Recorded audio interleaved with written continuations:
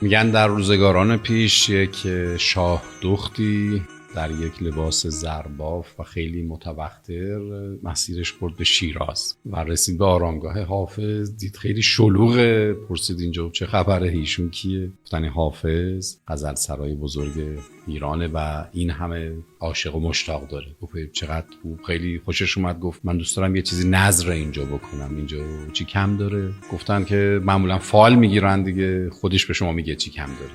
گفت خب بسم الله یه نفر فال بگیره. فال گرفتن. این غزل اومد که این بیت هم به هر حال در اون غزل هست که سرمست در قبای زرفشان چو بگذری، یک بوسه نظر حافظ پشمینه پوش کن. میگن خیلی ناراحت شد، خیلی عصبانی شد. به هر حال یک تبختری هم داشت و گفت این چه درخواستیه و نظر بی نظر و واسه بی خیال شد رفت. و این ماجرا چند سال بعد هم تکرار شد وقتی که رسید به شیراز و گفت دفعه پیش که درخواست خیلی نامعقولی کرد، این دفعه ببینیم که چه درخواستی میکنه. باز هم فال گرفتن. غزلی اومد که این بیت از اون غزل هست که گفته بودی که شبم مست و دو بوست بدهم، وعده از حد بشد و ما نه دو دیدیم و نه یک.